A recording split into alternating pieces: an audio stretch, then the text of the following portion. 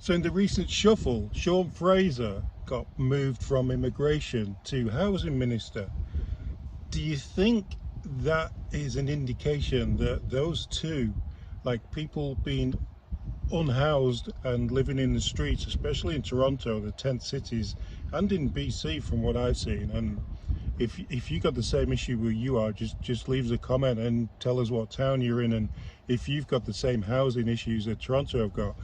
If that doesn't point towards the fact that immigration is the seed of the homeless and housing issue, I don't know what does. So Sean Fraser has gone on record as saying that he wants to give financial help to immigrants to help them find somewhere to live, but there is nowhere to live. And now he's a housing minister. So I wonder if he's going to throw money at people to rent, I don't know, $3,000 a month rental units. I think for our part, it's important that we were able to come up with sufficient financial support to ensure that we provide an immediate relief to the people who found themselves without shelter in the city of Toronto and in other communities as well. Important to understand is that housing and infrastructure do not exist in communities in silos the way that maybe they have in different levels of government for a number of years. When you're building transit systems, you want to make sure that they stop and end where people live or work so they can ride them. When you're building water and wastewater projects, you want to think about the neighborhoods that they're serving, not just building them where they're going to connect 8 homes when they could connect 800. These are the kinds of things that we're going to be able to better coordinate to just squeeze more productivity out of every taxpayer's dollar that goes into these kinds of initiatives. So I'm very excited about it, because you really get to appreciate where incentives make a difference. When we work with municipalities, we have a plan to reward those who break down the barriers that are going to be able to lead to more people in homes. And let's not treat housing as a commodity here. This is a place where people are going to live and keep a roof over their heads so they and their kids can be safe. But the first thing he says is, don't stop immigration or don't stop bringing in people because that's not the issue behind the housing. It's a bit of a quagmire, to be honest, the two things. Well, we listened to a guy on the radio, and this expert was pretty much up to date and on point with what he was saying about Sean Fraser and Trudeau and everything that, you know, they're bringing into the government regarding housing now.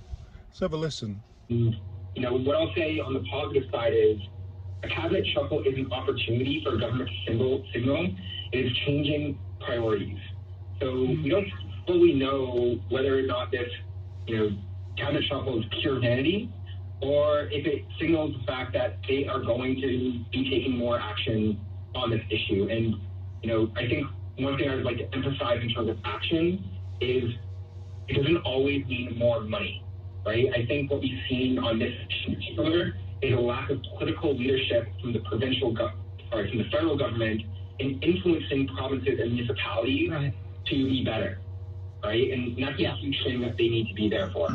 So do you think this is the Liberals going into panic mode because Poilievre's promised to build more houses, and, you know, if he's going to build the houses, that's what people want, so why not switch that over and put somebody who might be able to get something done into the housing department?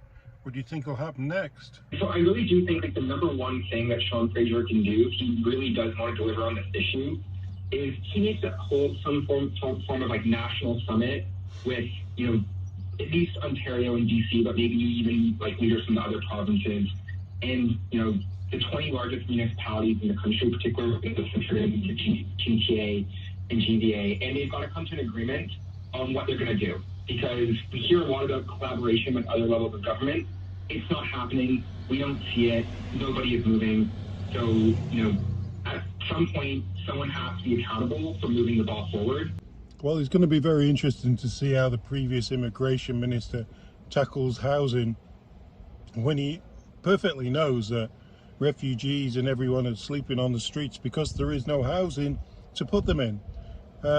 Yeah, it's going to be interesting.